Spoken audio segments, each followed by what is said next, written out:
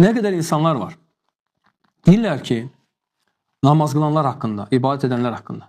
Deyir ki, mən bilsən, o qədər namaz qılıb pis işlər edən insanlar görmüşəm ki, nəsə namaz qılmaq istəmirəm ona görə.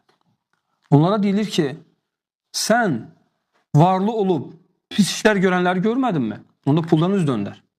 Deyirəm, heç vaxt pul qazanmayacaq. Çünki pul varlı olub o qədər pis iş görən insanlar var ki. Niyə bunu eləmirsən? Yaxşı, biz o qədər görmüşük ki, evlənib ailəsinə xəyanət edən, evlənib ailəsi onlara xəyanət edən və ailəsində Allah qorusun nələr baş verən insan. Biləm, mən evlənməyəcəm. Çünki o qədər evlənib bu hala düşənləri görmüşəm.